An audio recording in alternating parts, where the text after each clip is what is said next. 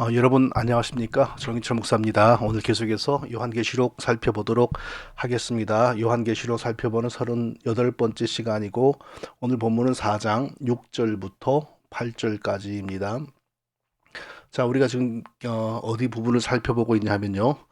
성령께서 사도 요한에게 하나님 보호자 주변의 상황을 보여주신 내용을 살펴보고 있습니다. 하늘에 거대한 하나님의 보좌가 있고요. 거기 하나님 앉아 계시고요. 그리고 하나님 보좌 주변에 24개의 작은 보좌들이 있고요. 거기에 신구약 하나님의 백성을 대표하는 24명의 장로들이 앉아 있습니다.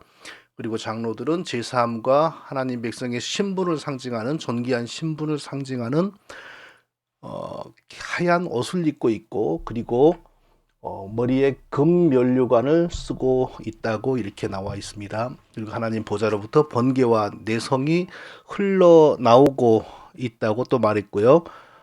그 다음에 하나님 보좌 앞에 7개의 등불, 그러니까 7영 성령이 있다고 보이셨고요. 그리고 하나님 보좌 앞에는 수정과 같은 유리 바다가 있다, 이렇게 또 성령께서 보이셨습니다. 여기까지 살펴보았습니다.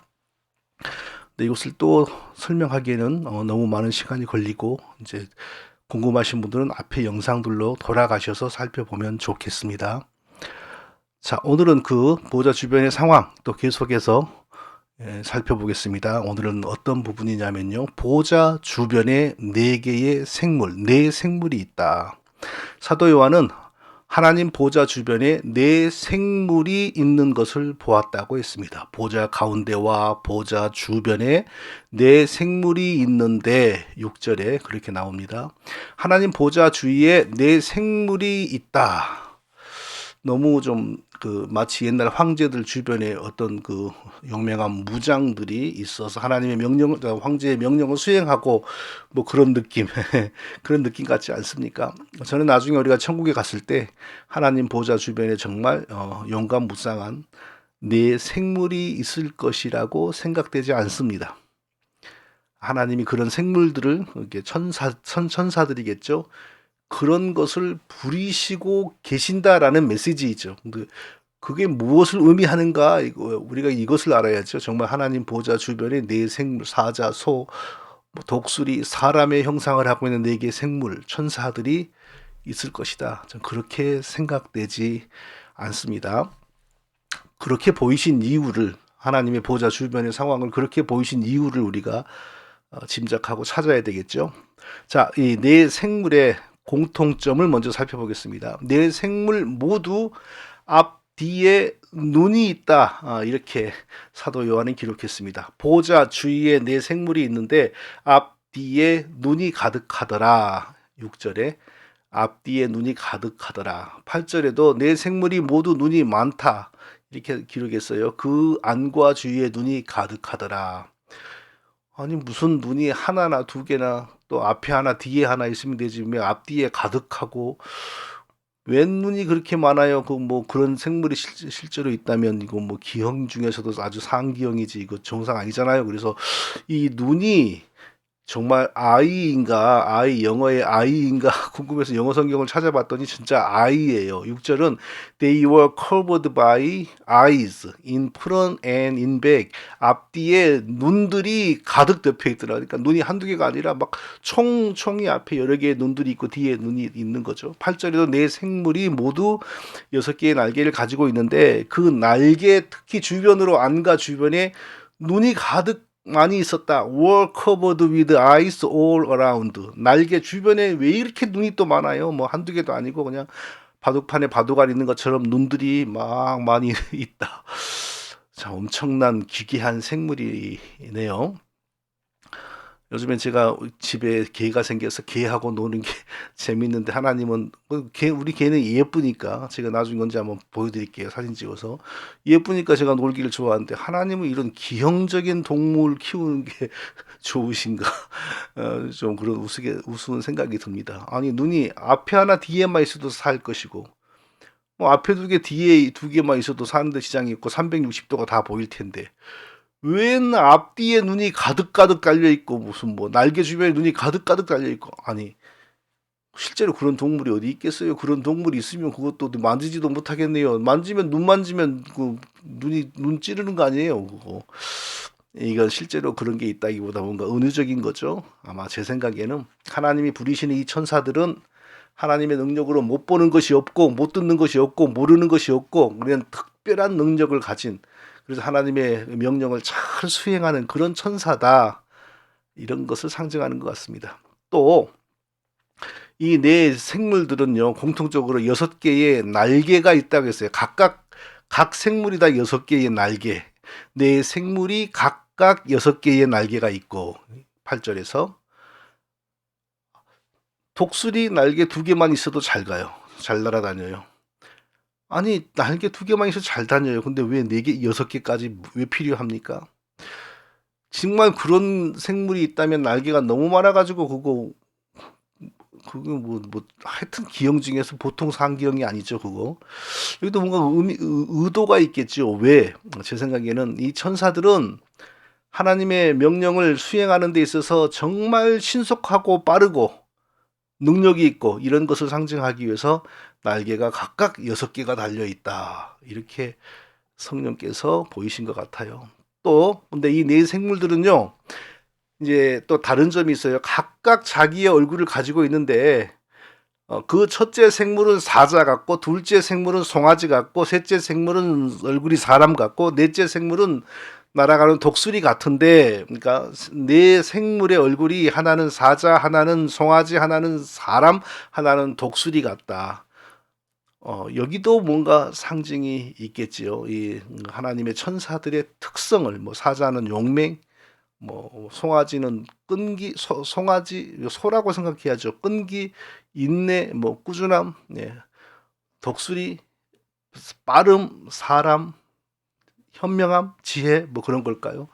하여간 뭐 이런 것을 상징하는 거겠지요. 실제로 하나님 보좌 앞에 우리가 갔을 때 이런 짐승 형상의 천사가 있을 것이라고 저는 생각이 되지 않습니다. 자, 요한계시록에 왜 이런 내용이 나올까요? 이거 만화에나 나오는 얘기죠. 제가 생각하기에 성령께서 사도 요한에게 이런 모습을 보이신 것은 구약 성경의 어느 부분과 연관되어 있고 그 어느 부분과 연관되어서 해석하지 않으면 절대 이런 것을 보이신 이유를 알 수 없다고 생각됩니다. 자, 구약 성경의 그 부분은 바로 에스겔 1장입니다. 에스겔 선지자가 태어났을 때는 이미 북이스라엘은 진즉 멸망하고 없어졌고요. 그리고 남쪽 유다는 바벨론 침입으로 멸망당하기 직전의 상황이었습니다. 그러니까 바벨론 침입으로 예루살렘이 멸망당한 것이 기원전 586년인데 지금 그 바벨론, 지금은 이라크 나라 땅에 있었던 이라크의 조상이죠. 자, 그 전에 에스겔이 부름 받아가지고 이제 이스라엘 백성들이 예루살렘이 바벨론의 침략으로 멸망당하게 될 것을 예언을 했죠. 자기 나라가 멸망당할 것이라고 예언을 하면 어느 사람이 좋아하겠습니까? 다 좋아하지 않죠. 에스겔이 굉장히 핍박이 많았을 것 같습니다. 자, 그런데 중요한 것은 하나님께서 에스겔에 주신 예언이 거기서 끝나지 않는다는 것입니다. 이게 에스겔서의 중요한 사실입니다. 하나님이 이스라엘 백성들을 심판하여 망하게 하신 후에 다시 하나님의 방식과 다시 하나님의 은혜로 회복시키신다는 것이 에스겔의 예언의 핵심적인 내용입니다. 하나님의 심판으로 예루살렘의 도굴 성전은 파괴되고 없어졌으나 하나님이 이스라엘 백성들을 회복시키는데 그 도굴 성전을 회복시키는 것이 아니고 성령이 임하는 영적인 하나님의 교회가 회복될 것을 예언을 했어요. 이스라엘 백성들 마음에서 굳은 살을 제하고 굳은 마음을 제거하고 부드러운 마음을 심어주어 이스라엘 백성들이 늘 범죄하던 성향대로 살지 않고 하나님의 법, 하나님의 율법을 자발적으로 지키게 하겠다, 그런 내용이 나와요.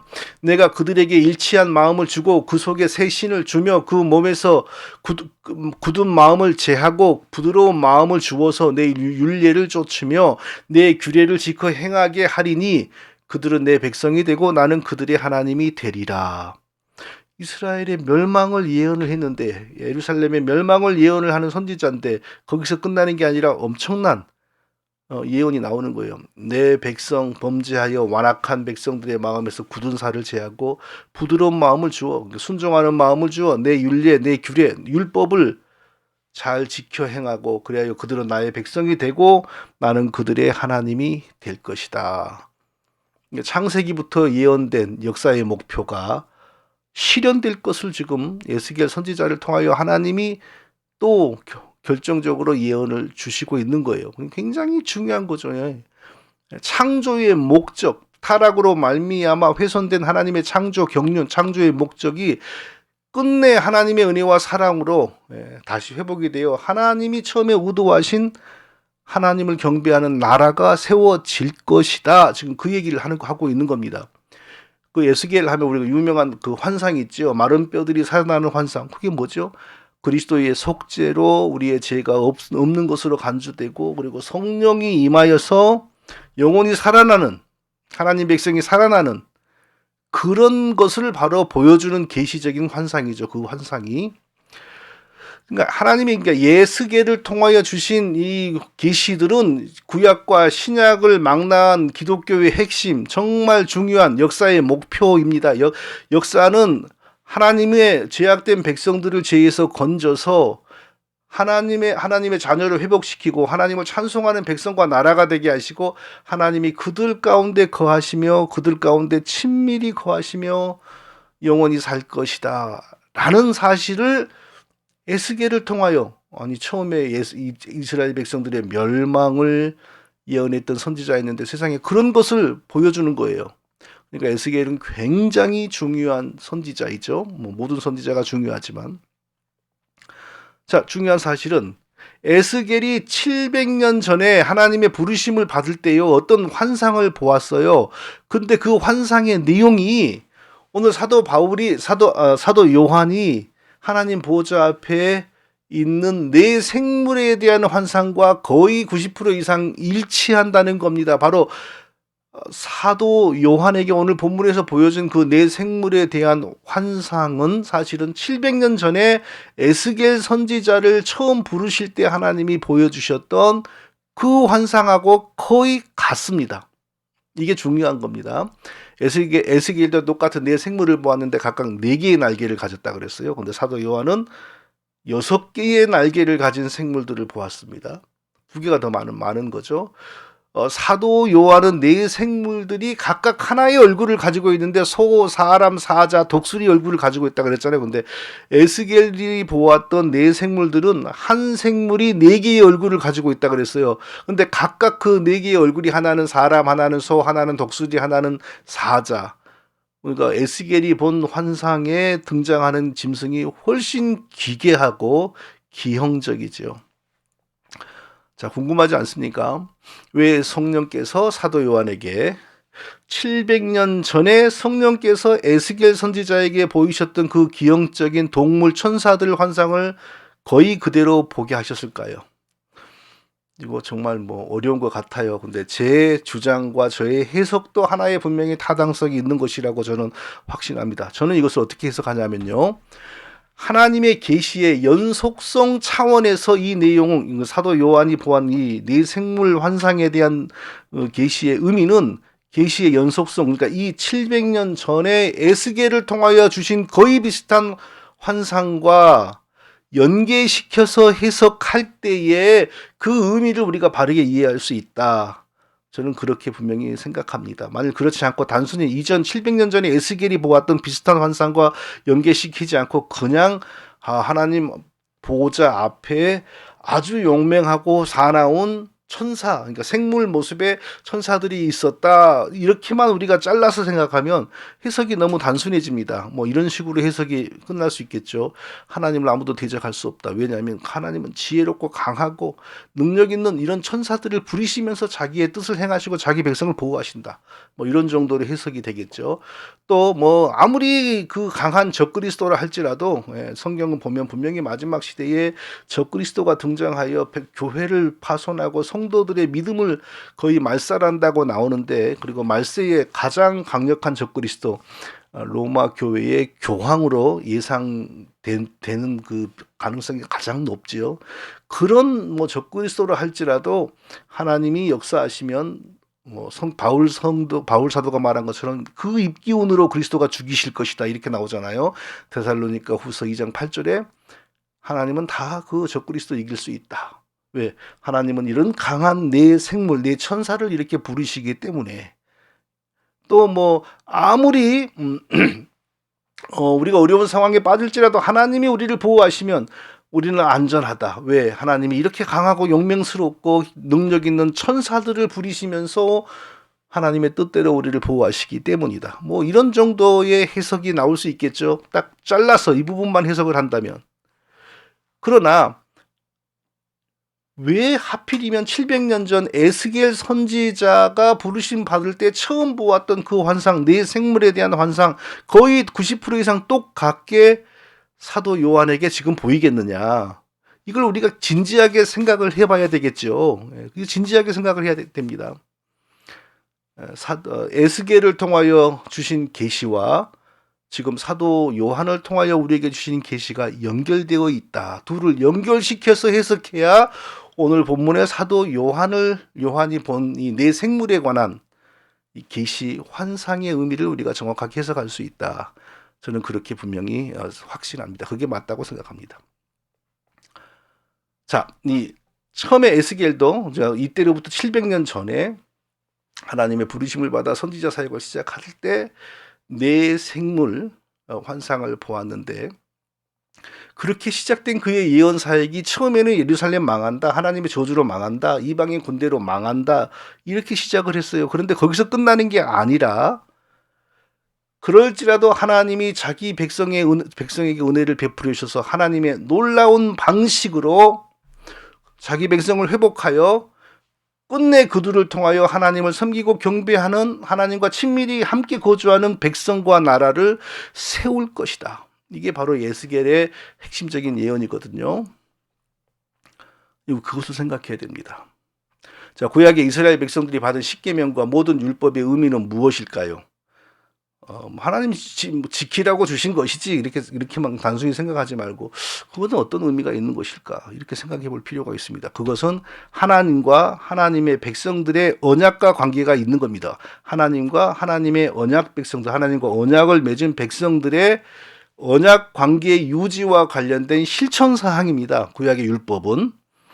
자, 세부 그 율법의 언약의 실천 사항을 지킴으로 구원을 받는 것이 아니고 이미 은혜로 구원받고 하나님 백성 되기로 언약한 이스라엘 백성들이 하나님과의 맺은 언약을 신실하게 유지하고 지키는 방법이 바로 율법을 지키는 것이었다 이것입니다. 반대로 율법을 지키지 않고 마음대로 살면 하나님이 진노하시죠. 왜? 언약을 맺은 백성들이 언약대로 살지 않고 언약을 배반했으므로 그 언약에 의하여 하나님이 자기 백성들에게 진노하고 심판하시죠. 그러니까 하나님의 진노의 대상이 된 이스라엘 백성들은 구원받지 못한 사람들이 아니라 물론 뭐 그들 중에 별 사람들이 다 섞여 있지만 분명히 하나님 백성들이 이스라엘 안에 분명히 있었습니다. 언약 백성들이 그 언약의 실천사항 율법을 지키지 않으므로 하나님이 진노하신 것입니다. 그래서 바벨론 군대를 보내어서 예루살렘 성전을 파괴했고 이스라엘 백성들을 여러 모양으로 저주하고 심판하셨습니다. 그것은 하나님과 하나님 백성의 언약 관계에 있는 그들이 언약의 세부 실천사항인 율법을 버리고 자기 욕망대로 제약되게 이방인들처럼 살았기 때문에 그 언약에 근거하여 하나님이 저주한 것입니다. 자, 이스라엘 백성들이 과거에 시내산에서 하나님과 맺은 언약을 생각하면 바로 답이 나오죠. 이스라엘 백성들이 하나님을 자기들의 하나님으로 섬기고 하나님이 주신 언약을 신실히 지키기로 언약을 맺었습니다. 하나님은 그들이 하나님이 되기로 언약을 맺었습니다. 그리고 그 언약 체결의 상징으로 죽은 짐승의 피를 뿌렸죠. 중보자 모세가. 그 피를 뿌린다는 게 의미가 뭡니까? 언약을 파기하고 배반하는 자는 이 짐승의 피 흘리고 죽은 짐승처럼 저주를 받을 것이다. 그 뜻이거든요. 자, 그러면은 요즘에 늘 문제가 되고 있는 이 청교도들이 가르치는 언약과 지금 제가 말하고 있는 이 성경의 언약의 차이는 무엇인가 한번 생각해 보겠습니다. 청교도들은 하나님이 아담에게 아담의 구원을 위해 아담이 이행해야 될 조건, 의무, 그리고 하나님도 해야 될 의무에 관한 언약을 맺었다 이렇게 가르쳤습니다. 그러니까 사람이 무엇을 하면 하나님이 그 사람에게 구원을 주신다는 행위 언약을 맺었다고 가르쳤습니다. 그런데 성경 어디를 보아도 구원을 두고 하나님께서 사람이 조건을 이행하면, 의무를 이행하면 구원을 준다, 이런 언약은 하나님이 맺은 흔적이 보이지를 않습니다. 성경의 하나님은 그런 하나님이 아닙니다. 자기의 은혜를 따라 선물로서 자기 백성으로 택함 받은 자에게 구원을 주시는 하나님이시지, 그리고 자기 자신도 구원을 주신 그 백성의 영원한 하나님이 되겠다고 자기 인격을 걸고 연약하시면서 너가 나를 잘 섬기면 나는 너의 영원한 하나님이 되겠다. 이미 구원받은 백성을 향하여 내가 너에게 구원을 줄 거야가 아니라 나의 은혜로 구원을 받은 내가 나를 신실하게 잘 섬겨라. 그러면 나는 너의 영원한 하나님으로 남을 것이다. 이런 언약을 맺는 거예요. 그래서 아담도 동의하고 하나님도 자기 인격으로 동의를 하신 것이죠.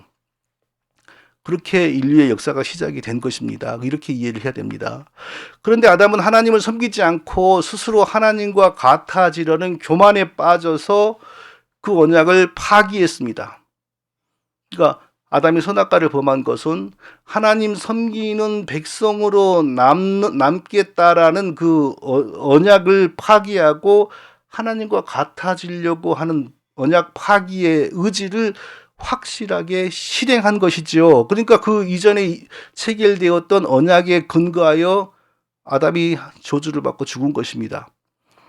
그런데 그때부터 참 이상한 일이 벌어지죠. 하나님의 그 저주받고 죽은 아담이 흙이 되게 그냥 놔두면 되는데 왜 그를 살리려고, 왜 그를 다시 살려서 자기를 찬송하는 백성으로 삼으시려고 그 애를 쓰시는가. 이게 미스터리입니다. 이게 우리에게 복음이고 이게 우리에게 하나님의 은혜입니다. 왜 그랬겠습니까? 이미 하나님께서 처음에 주신 언약 안에 하나님이 자기의 인격을 걸고 나는 너의 영원한 하나님으로 남을 거야 라고 언약을 베푸셨으므로, 비록 아담은 그 언약을 파기했지만 하나님은 자기의 신실한 인격으로 맺으신 그 언약을 파기하지 못하시고 끝내 자신이 그 언약을 성취할 책임이 있는 자로 남으시기로 작정을 한 것이죠. 그렇게 이해를 해야 돼요. 그래서 하나님이 사람이 되시어서 아담의 죄값을 갚으시고 아담과 아담의 후손을 다시 자기를 찬송하는 백성으로 회복시켜 내신다. 이렇게 이해해야 성경이 보이는 거죠. 이스라엘 백성들도 마찬가지입니다. 하나님이 아담 언약을 파기한 아담 이후에 다시 자기 백성들을 생산해 내기 위하여 족장들을 부르시고 이스라엘을 만드시고 이스라엘과 다시 또 언약을 맺으시죠. 먼저 구원을 그들에게 주시고 출애굽 이전에 애굽에서 이미 구원을 받고 그리고 출애굽하고 난 다음에 시내산에서 그들이 하나님의 백성이 되고 또 하나님은 그들의 영원한 하나님으로 남기로, 그리고 그들은 하나님 백성으로서 언약 백성으로서 율법을 지키기로, 그리고 모세는 그 언약 체결의 상징으로 죽은 짐승의 피를 뿌리고 이런 일을 했어요. 근데 이스라엘이 어떻게 했습니까? 아담의 전철을 또 그대로 밟아갔습니다. 하나님의 언약 백성으로서 율법을 지키는 삶을 거부하고 자기들의 제약된 욕망을 따라 살았습니다. 그러자 하나님이 뭐라고 하셨습니까? 그들은 아담처럼 언약을 어기고 거기에서 나를 반역하였느니라. 그들은 아담처럼 언약을 어기고 거기에서 나를 반역하였느니라. 호세아 6장 7절 이렇게 말씀하셨습니다. 그러니까 하나님과 맺은 언약을 파기하니까 그 언약 파기하는 자에게 주어지는 저주를 이스라엘 백성들이 피할 수 없는 것이죠. 그래서 하나님께서 이방인 바벨론 군대, 더 험악하고 싸나운 바벨론 군대를 보내셔서 이스라엘 백성들을 저주하시고 심판하시는 것입니다. 또 그럼에도 불구하고 하나님은 자기의 언약을 자기의 인격으로 체결하신 자기 언약을 버릴 수 없습니다. 왜냐하면 그들의 영원한 하나님이 되시기로 언약을 맺었으니까. 그래서 그 백성들을 다시 살리시기 위하여 자기가 사람이 되어 그들의 죄값을 대신 담당하시고 그들을 자기 백성으로 회복하여 자기를 찬송하는 백성과 나라가 되게 하시는 거. 예. 그리고 자, 이러한 역사가 바로 에스겔, 이런 하나님의 계획이 에스겔에게서 벌써 다 드러나는 거죠. 자, 우리 신약의 백성들이 예수 그리스도 창조주 하나님이 나의 죄를 짊어지고 나를 살리기 위하여 대신 죽었다라는 복음을 믿으면 하나님이 죄가 없는 것으로 간주해 주셨습니다. 죄가 사실은 있지만 죄가 없는 것으로 선언해 주시는 겁니다. 복음이지요. 예.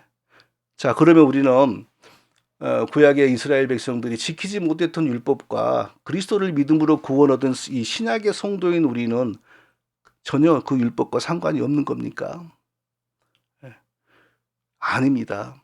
구약의 율법과 우리가 상관이 있습니다. 근데 구약의 율법을 지키지 못한 이스라엘 백성들과는 달리 우리는 하나님의 은혜로, 하나님의 방법으로 바로 참 신기하게도 놀랍게도 하나님의 율법을 더 잘 지키는 백성이 되어버립니다.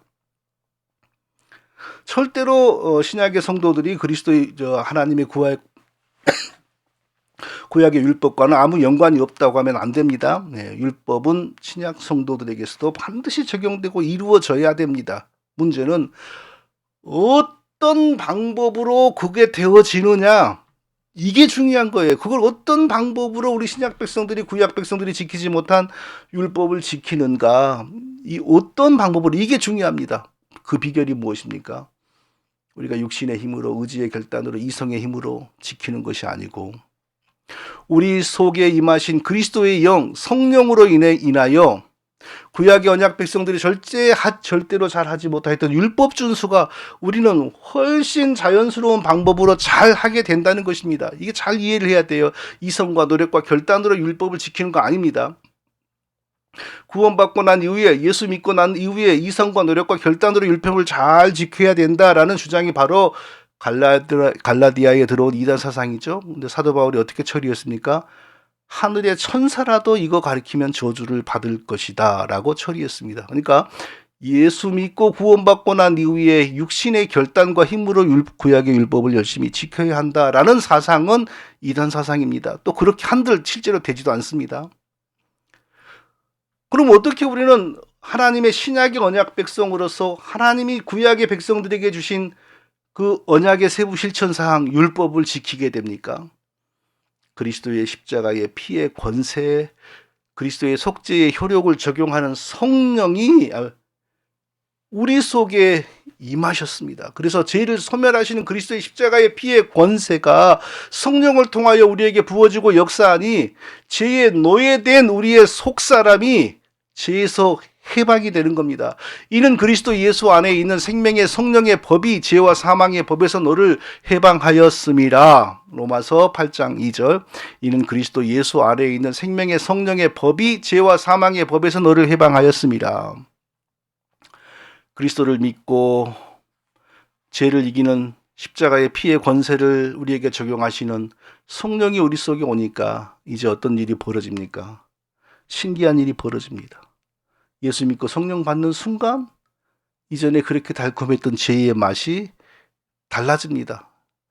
죄가 뚝 끊어지진 않지만 이전처럼 죄가 맛있지 않습니다. 그러니까 죄를 뚝 끊지는 못했지만 부득이 못 이겨서 죄를 지을지라도 맛이 없습니다. 괴로움이 더 많습니다. 왜 그렇습니까? 우리의 죄를 도말하는 그리스도의 십자가의 피가 우리에게 적용되고 십자가의 피의 권세를 우리에게 부어주시는 성령이 우리 속에서 우리의 속사람을 고치기 때문입니다. 그래서 진짜 신약의 거듭난 성도는, 진짜 신약의 언약 백성은 구약 성도들과는 달리 율법 타령을 입으로 하지 않습니다. 그런데 실제로는 구약의 성도들보다 율법을 훨씬 더 자연스럽게 잘 지키게 됩니다. 왜? 우리 속에 거하시면서 그리스도의 속죄와 그리스도의 피의 권세를 우리에게 적용시켜 주시는 성령이 계시기 때문입니다. 놀라운 사실은 구약의 에스겔 선지자의 예언과 계시가 처음에는 단순히 하나님의 저주로 예루살렘이 망한다 이렇게 시작했는데 나중에는 바로 십자가의 피의 권세를 우리에게 적용하시는 성령으로 말미암아 우리의 본성, 우리의 속사람, 우리의 옛사람이 변하여 하나님의 율법을 즐거이 지키고 이루어 드리는 하나님 백성이 되고 하나님이 우리 가운데 친밀하게 거하게 된다. 이 신약의 놀라운 은혜를 예언하는 데까지 나갔다는 것입니다. 내가 그들에게 일치한 마음을 주고 그 속에 새 신을 주며 그 마음에서 굳은 마음을 제하고 부드러운 마음을 주어서 내 율례를 좇으며 내 규례를 지켜 행하게 하리니 그들은 내 백성이 되고 나는 그들의 하나님이 되리라. 그들은 내 백성이 되고 그들은 나의 하나님이 나는 그들의 하나님이 되리라. 이게 바로 아담의 범죄를 인하여 하나님 백성이 죄로 인하여 죽어버리고 하나님 백성이 없어져 버리고 나서 하나님이 역사를 계속 진행시키면서 끝내 이루시고자 했던 그 창조의 목표, 창조의 경륜이 바로 이겁니다. 그들은 나의 백성이 되고 나는 그들의 하나님이 되리라. 성령이 그리스도의 속죄를 입은 하나님 백성들 안에 거하심으로 하나님이 자기 백성들 안에 자기 백성들 가운데 친밀하게 거하시는 것입니다. 신기하지 않습니까? 예루살렘 멸망을 예언함으로 시작한 선지자의 사역이 세상에 이렇게 창조의 목적이 이렇게 회복될 것이라고 예언하는 데까지 연장되었다는 겁니다. 바로 그 예언자 에스겔을 부르실 때 처음에 하나님이 무슨 환상을 보이셨냐 하면요. 바로 사도 요한이 본 것과 거의 비슷한 내생물 환상을 보이셨어요. 그런데 지금 요한계시록 4장에서 사도 요한에게 이제 그 환상을 또 보이시고 계시는 겁니다. 너무 신기하지 않습니까? 자, 이것으로 구약과 신약이 한 저자 한 분의 하나님으로부터 기록되었다는 사실이 분명하게 여기서 이렇게도 설명이 됩니다. 자, 그것보다 더 중요한 사실이 있습니다. 뭐냐면요. 요한계시록 4장부터는 이제 앞으로 되어질 일이란 그냥 미래의 일이 아니고 죄로 인하여 훼손된 하나님의 창조 경륜, 창조 목적이 어떻게 회복되어 하나님이 기어이 자기를 찬송하는 자기 백성을 만드시고 그 가운데 거하시며 영원한 천국을 이루어 갈 것인지에 대한 계시라 그랬죠. 그거죠. 자, 그것이 바로 구약의 에스겔 선지자에게 그 나타난 환상과 함께 그 예언이 시작이 되었는데 지금 사도 요한에게 또 그 환상이 보였다는 것입니다. 무엇을 알 수 있습니까? 두 가지로 설명하고 요약하고 마치도록 하겠습니다. 첫째, 하나님은 기어이 이 땅에 자기를 찬송하는 자기의 백성과 나라를 세우신다는 것입니다. 그게 하나님의 목적이요. 그것이 하나님의 꿈이요. 그게 하나님의 궁극적으로 하나님이 추구하시는 겁니다. 에스겔을 통하여 주신 계시가 반드시 이루어진다는 것입니다. 근데 어떤 사람도 하나님의 이 일에 협력하지 않았습니다. 협력하지 못합니다. 가담하지 못합니다. 오직 이 내막을 아는 사람들은 누굽니까? 제일 처음에 바로 하나님의 부르심을 받은 그 천사들이 이 내막을 알죠. 그리고 하나님이 홀로 이것을 이 자기 백성을 회복하여 다시 자기 백성이 있게 하시는 이 하나님의 열심과 노력을 바로 이 천사들이 알죠. 하나님이 자기 스스로 인간이 되시어서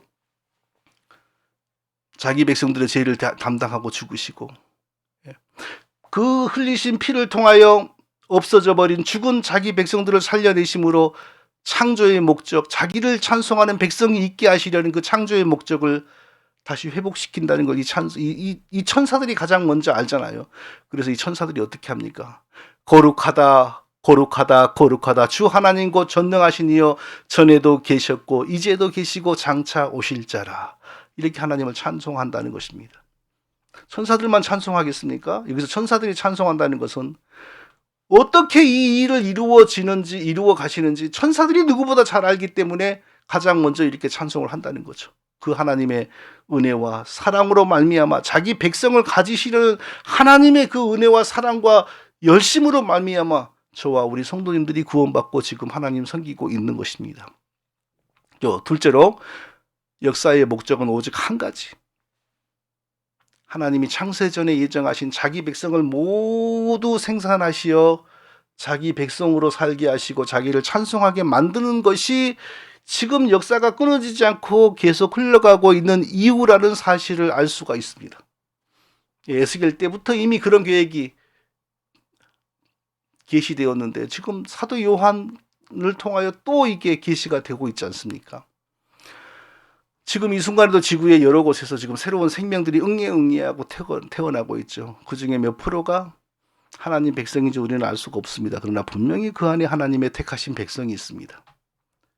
역사가 끊어지지 않고 아직도 지금도 계속 진행되고 있는 이유는 그렇게 하나님이 예정하신 자기 백성이 한 명도 빠지지 않고 다 태어날 때까지 시간과 공간이 필요하기 때문에 역사가 진행되고 있는 것입니다. 그들이 다 이 세상에 태어나서 성령의 역사를 따라 그리스도의 복음을 믿고 하나님 백성으로 생산되면 그때 역사가 끝나는 거죠. 그러나 사단은 이 하나님의 창조 목적을 회방하기 위하여 아담 때에 회방을 했고 그 이후에도 시대마다 항상 회방을 했습니다. 그리고 마지막 그리스도의 재림의 때에 가장 강력한 적그리스도가 등장한다고 성경은 분명히 말씀합니다. 그러나 제 아무리 강한 적그리스도가 나온다 할지라도 교황이건 교황의 하렙이건 누가 나온다 할지라도 자기 백성을 가지시려는 하나님의 열심과 노력을 절대로 막지 못합니다.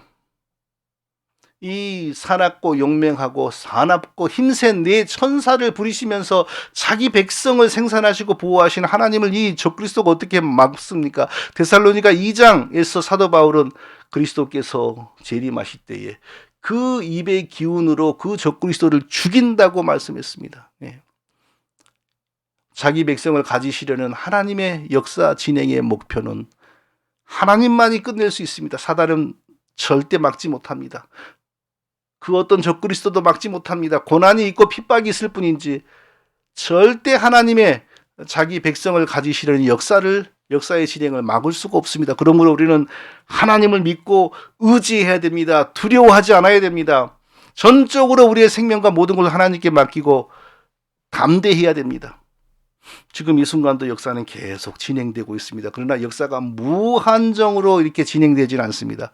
하나님이 예정하신 모든 백성이 지구에 응애응애하게 태어나고 그들이 마지막 한 사람이 성장하여서 그리스도의 복음을 알아듣게 되어서 예수 그리스도를 믿음으로 하나님 백성이 될 때 역사는 끝납니다. 그리스도께서 재림하십니다. 그리고 자기의 백성들 가운데 친히 거하시면서 영원히 찬양을 받으시고자 창조하신 창조의 목적이 완성이 됩니다. 그리고 마귀와 택하심을 받지 못한 자들은 불못에 떨어지고 저와 택하심을 받고 은혜를 입은 자들은 영원히 하나님을 찬송하며 복락을 누리게 되는 것입니다. 사랑하는 성도 여러분, 저와 우리 모두가 바로 이 역사 속에서 은혜 받은 자로 살게 된 것을 감사하면서 더욱 힘껏 하나님 섬기시기를 예수님의 이름으로 축원드립니다. 거룩하신 아버지 하나님, 역사가 무한정 지속되는 것이 아니라 하나님이 예정하신 모든 백성들이 지상에 태어나서 하나님 백성이 되고 그리고 하나님을 찬송하는 백성과 나라가 완성되어 영원히 하나님과 더불어 사는 그 나라가 이루어지기 위하여 역사가 달려가고 있는 것을 믿습니다. 바로 그 속에 부름받은 우리가 감사하면서 구별되게 살면서 충성하면서 또한 그 적그리스도의 회방 앞에서도 담대하게 살면서 하나님을 섬기는 저와 우리 모두가 다 되게 하여 주시옵소서. 예수님의 이름으로 기도합니다. 아멘.